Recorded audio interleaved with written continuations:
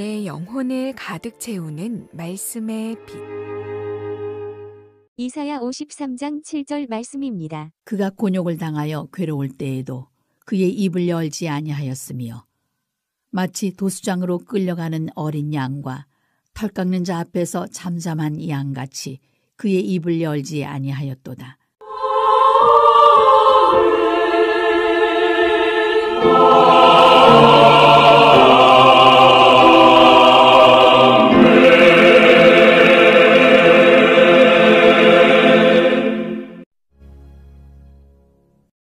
세상이 참 소란합니다. 많은 사람들이 침묵은 곧 바보스러운 짓이고 큰 소리로 외쳐야 똑똑한 것이라고 생각하기 때문입니다. 그래서 남의 말에는 전혀 귀를 기울이지 않고 자기의 입장만을 큰 소리로 주장하고 있습니다. 예수님은 하나님의 아들임을 알아보지 못하는 어리석은 인간들에게 온갖 굴욕을 다 당하시면서 고난과 십자가의 길을 침묵으로 걸어가셨습니다. 오늘은 고난과 십자가의 길을 침묵으로 걸어가신 예수님을 깊이 생각하며 나 자신을 돌아보는 시간을 갖도록 하겠습니다. 예수님은 부당하고 억울한 사형 선고를 침묵으로 받아들이셨습니다. 대제사장이 예수님께 이 사람들이 그대에게 이렇게 불리한 증언을 하는데 할 말이 없는가? 라고 물었습니다. 그러나 예수님께서는 아무 말씀도 하지 않으셨습니다.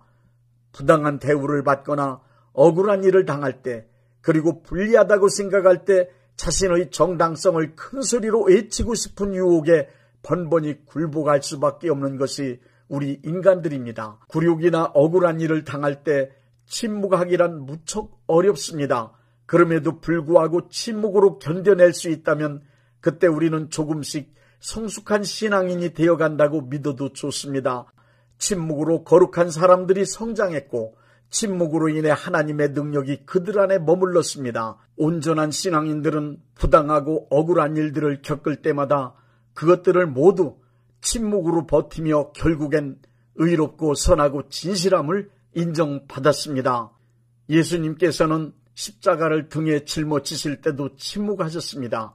예수님께서 누가복음 9장 23절에 나를 따르려는 사람은 누구든지 자기를 버리고 매일 제 십자가를 지고 따라야 한다고 말씀하셨습니다. 인류의 구원을 위해 커다란 십자가를 지신 스승께서 나를 따르라 하시며 묵묵히 앞장서 가시는데 자신의 작은 부담마저도 무겁다고 불평한다면 그것은 예수님을 따르는 온전한 크리스찬의 태도는 아닐 것입니다. 십자가를 짊어지지 않은 예수님은 우리는 상상도 할 수 없습니다. 만일 부담스러운 일을 떨쳐버리기 위해 사람을 붙잡고 탄식을 늘어놓고 싶은 유혹에 넘어진다면 크게 후회하게 될 것입니다. 예수님께서 십자가를 지고 가시다 지쳐서 첫 번째 넘어지셨습니다. 그때에도 예수님은 침묵하셨습니다. 넘어짐은 실패입니다. 실패한 자는 많은 말을 함으로써 그 실패를 위장하거나 보상하려 합니다. 그러나 누구 때문에 무엇 때문에 넘어지게 되었는지 그 이유와 원인을 말로 표현하려고 하면 할수록 그만큼 진실에서 멀어지게 되며 결국 쓸모없는 소리만을 늘어놓는 어리석음을 드러내게 됩니다. 변명의 말을 많이 하다 보면 자주 이치에 궁하게 되어 거짓되고 과장된 말을 늘어놓게 됩니다. 또한 내가 실패하게 된 이유가 다른 사람에게는 별로 중요한 문제가 아닐 수 있습니다.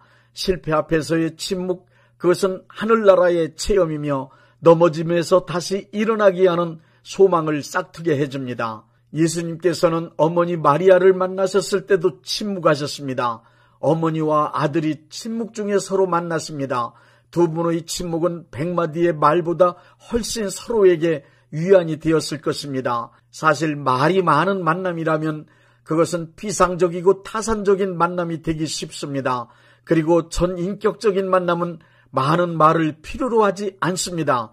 몸과 마음이 침묵하고 있는 고요한 상태에서 만나게 될 때 각자는 서로에게 더욱더 충실하고 진실한 모습을 보여줍니다. 하고 싶은 말은 너무 많이 있지만 그것을 절제하며 침묵할 수 있을 때 서로가 서로에게 진실을 더 깊이 느낄 수 있습니다. 가장 친한 친구라도 서로의 생각을 모두 말하면 평생토록 적이 될 수도 있습니다. 구레네 시몬이 예수님을 도와 십자가를 지는 일도 침묵 중에 이루어졌습니다. 지치신 예수님을 대신하여 십자가를 지고 가는 시몬은 말이 없었습니다. 예수님도 말이 없으셨습니다. 그러나 침묵 안에서 불완전한 인간 시몬이 전지전능하신 하나님과 하나 되는 기적의 순간이 되었습니다. 이것이 침묵의 기적입니다.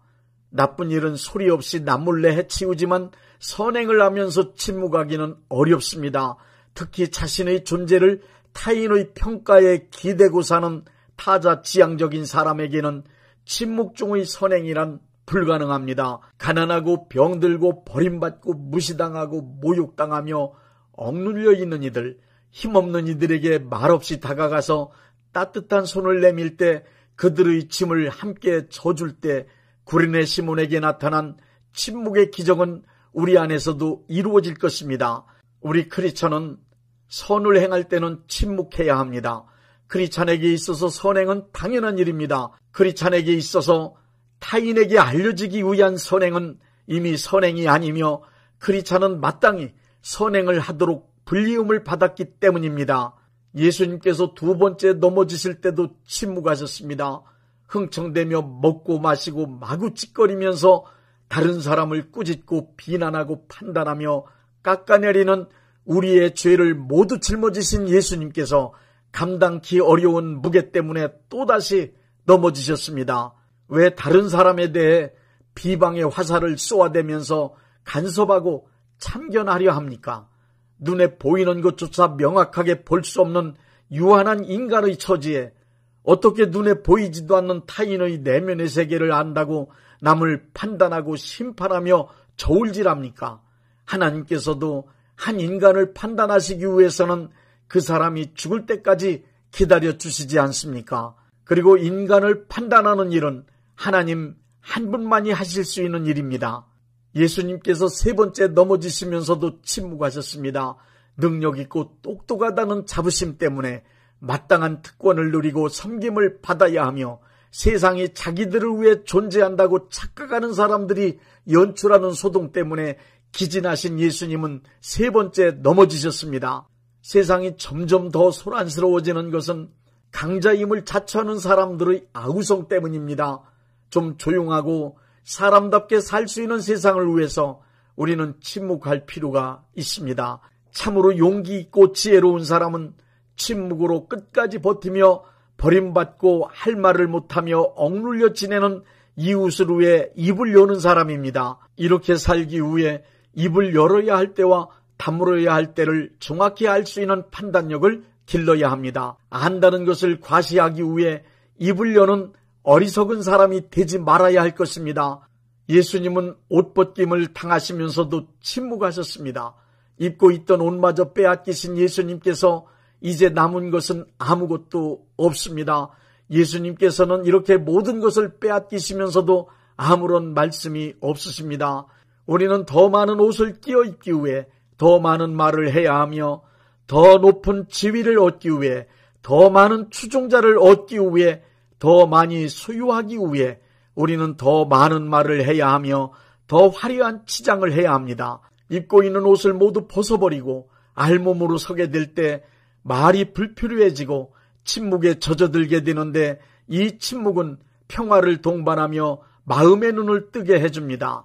마음의 눈으로 보는 사람에게는 겉구김이나 옷이 더 이상 문제가 될 수 없습니다. 세상에서 가장 소중한 것들은 마음의 눈이 열린 사람에게만 그 실체를 드러냅니다. 마음의 눈이 열린 사람은 억눌려 지내는 사람의 비굴한 모습에서, 가난에 찌든 이의 남루한 모습에서, 아무 힘도 없고 보잘것없는 사람들 안에서 하나님의 형상을 발견할 수 있습니다. 마음의 눈이 열린 사람은 고통에 시달리는 환자의 앙상한 모습에서, 버림받아 괴로워하는 이웃의 일그러진 모습에서 하나님의 형상을 발견할 수 있습니다. 예수님께서는 십자가에 못 박히시면서도 침묵하셨습니다.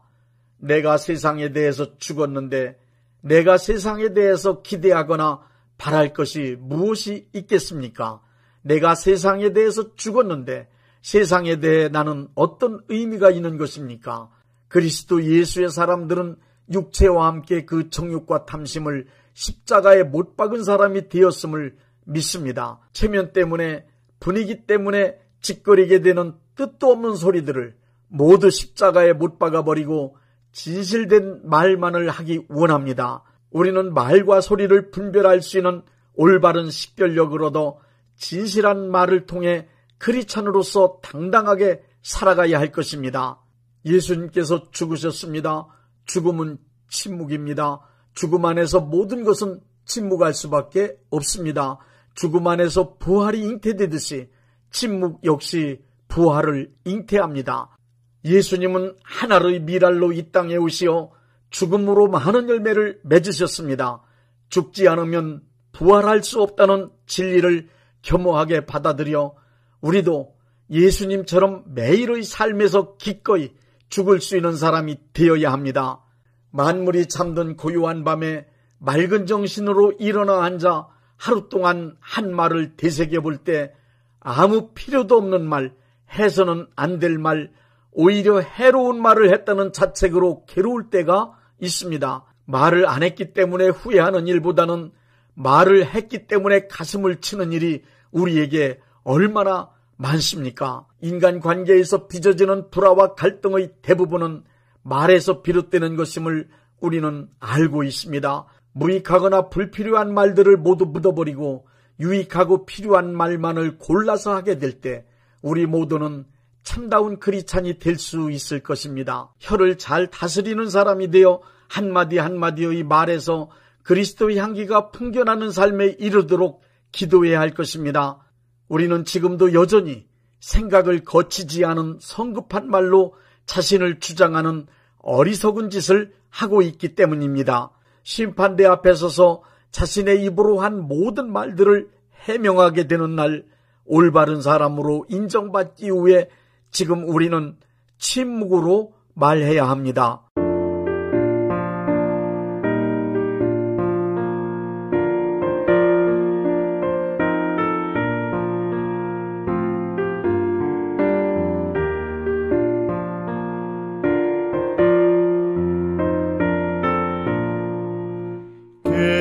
겟세마네 동산에 주를